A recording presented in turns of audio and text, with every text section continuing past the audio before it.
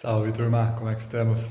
Operação segue o líder, mais uma vitória, mais um bom jogo ali, um bom primeiro tempo do Criciúma, que vamos chegar à liderança, tem que esperar o fim da rodada, mas tem confronto direto agora com o Vila Nova valendo a liderança. Então vamos ver o que a gente consegue tirar desse jogo, que terminou um sofrimento muito maior e um pouco mais de sorte do que precisava. Não digo sorte, também tem merecimento também do time e do Hermes, principalmente, né? Mas vamos lá. Primeiro tempo dominante do Criciúma, como vem acontecendo nos últimos 5, 6 jogos.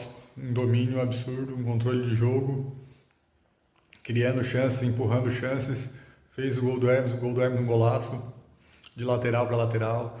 Teve mais chances que o Felipe Matheus, teve mais 3, 4 chances que o Guilobo, que tem que acertar o pé.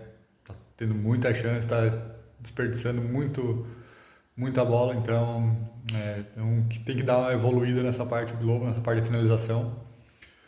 Mas um primeiro tempo assim, de controle absoluto, de maturidade, de muita maturidade, acho que esse que é o que mais define o time do Criciúma. O time do Criciúma é um time maduro e vem em segundo tempo. O que a gente fala de segundo tempo?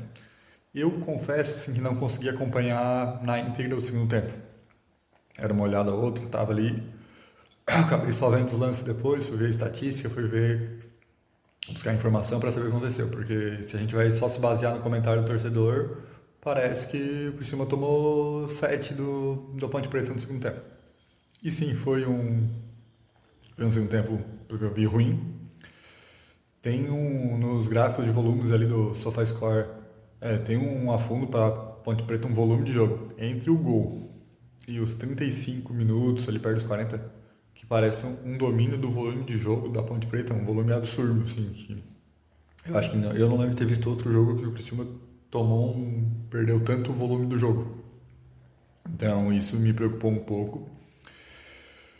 O gol da Ponte Preta, ele acaba saindo uma bola, o Criciúma perde a bola saindo, jogando por dentro, aí tenta sair para matar a jogada, o Rodrigo erra o bote, pega o Castan nas costas do Castan, a segunda bola, o cara bate cruzado, daí o Bruno Alves larga o Baianinho para ir tentar fazer a cobertura quando descia essa subida do Rodrigo e do Castan, e por consequência o Baianinho fica livre.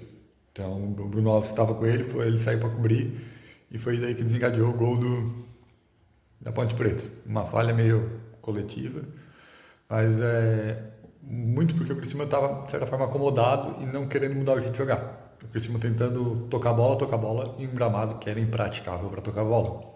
Então eu acho que faltou essa... Pegar e pensar, não, eu não posso cozinhar o jogo tocando a bola. Eu tenho que fazer outra coisa para passar o tempo. Ou então... E a Ponte Preta voltou brigando, dando carrinho, lutando, incomodando, enchendo o saco do árbitro. Então, assim, os caras estão lutando, estão lá embaixo, estão na draga, estão em dificuldade, mas estão lutando horrores. Então, isso a gente tem que saber também entender que os caras, eles estão embaixo, mas eles não são tão ruins para estar lá. Estão querendo mostrar alguma coisa, né? Apesar de toda a dificuldade financeira, todos os problemas que eles vêm passando internamente. Mas eles estão desesperados. Nesse desespero eles estão correndo atrás, até conseguiram mais um pênalti ali depois. Que não foi, né? O cara escorregou e graças ao VAR, mais uma vez VAR dando uma salvada na arbitragem, o VAR anulou. Mas assim, o time inteiro caiu de produção, o meio campo desabou, parou de perder jogada, começou a querer cozinhar, tocar a bola, querer jogar ali e aqui, só que o gramado não permitia, a bola ficava toda a vida mordendo, toda a vida quicando, a bola está toda a vida viva, para um time que está querendo brigar, que está querendo dividir uma bola viva, é o que eles querem. Foi por isso que a Ponte Preta cresceu no jogo.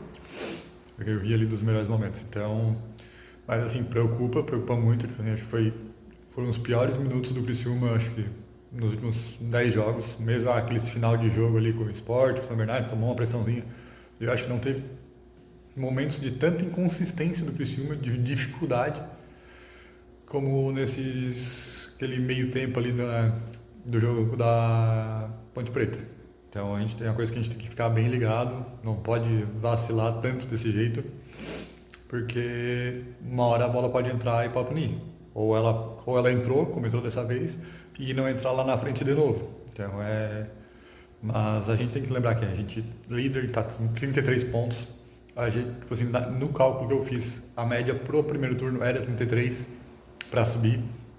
Só que a gente ainda tem 2 jogos que a gente pode ampliar isso. Ainda pega o líder e vice-líder. Beleza, mas se a gente já não deixar eles pontuar, a gente já está acima da nossa média e ainda evita que eles pontuem. Então, claro, se vier vitória contra o Vila Nova, perfeito. O Novo Horizontino, mesma coisa. A gente tem que lutar sempre para isso, mas a gente também tem que entender que se eles não pontuarem, já é bom. E que o nosso primeiro objetivo é estar brigando para subir, para chegar lá na finaleira e com um pouco mais de fôlego. Claro, o objetivo, se tudo é certo, primeiro e segundo, para subir direto, não passar pelo mata-mata, que daí a gente corre um risco a mais, né? Mas a gente tem que continuar lutando, o time tá brigando, o time tá crescendo. Foi uma partida abaixo. Mas a gente sabia também que o Criciúma propicia essas partidas bem abaixo, a gente sabe que não vai manter o nível, e é difícil manter o nível, é um nível de atuação muito alto. Então, um nível de desgaste, querendo ou não, foi menos tempo que a média para recuperar os jogadores. Então, tipo assim, de certa forma, assim, poderia não ter sofrido, poderia não ter precisado o Hermes tirar um coelho da cartola no final do jogo? Poderia. Poderia ter matado no primeiro tempo? Podia ter sido 3-0 tranquilo no primeiro tempo. Mas a gente tem que pecando na sinalização e vai se complicando. Então a gente tem que abrir o olho nisso. Se melhorar essa parte, a tendência é só evoluir, porque a gente não vem mostrando preocupação de time que vai começar a perder. Então a gente só tem que evoluir essa parte ali de continuar cuidando, não estamos perdendo muito jogador, não perdendo jogador por lesão, não perdendo jogador por cartão.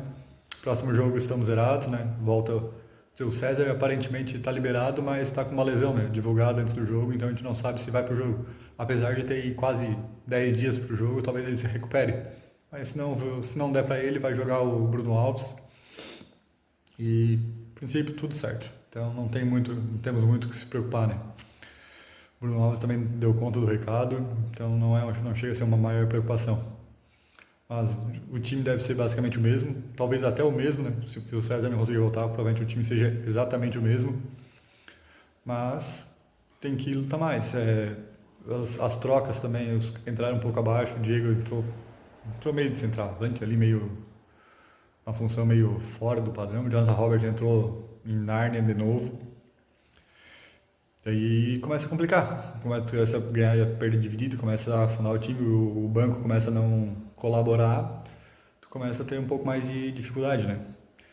Mas a gente vai ter um tempo de recuperar, próximo jogo 10 dias aí, então vai ser muito trabalho, muita preparação e o torcedor tem que entender uma coisa, é papo de final, é jogo que tu vai abrir os pontos, tu vai trancar o adversário, tu vai criar gordura, tu vai conseguir ter fôlego. Então esse é o nível de importância do próximo jogo. Então não perder é fundamental, ganhar é excepcional.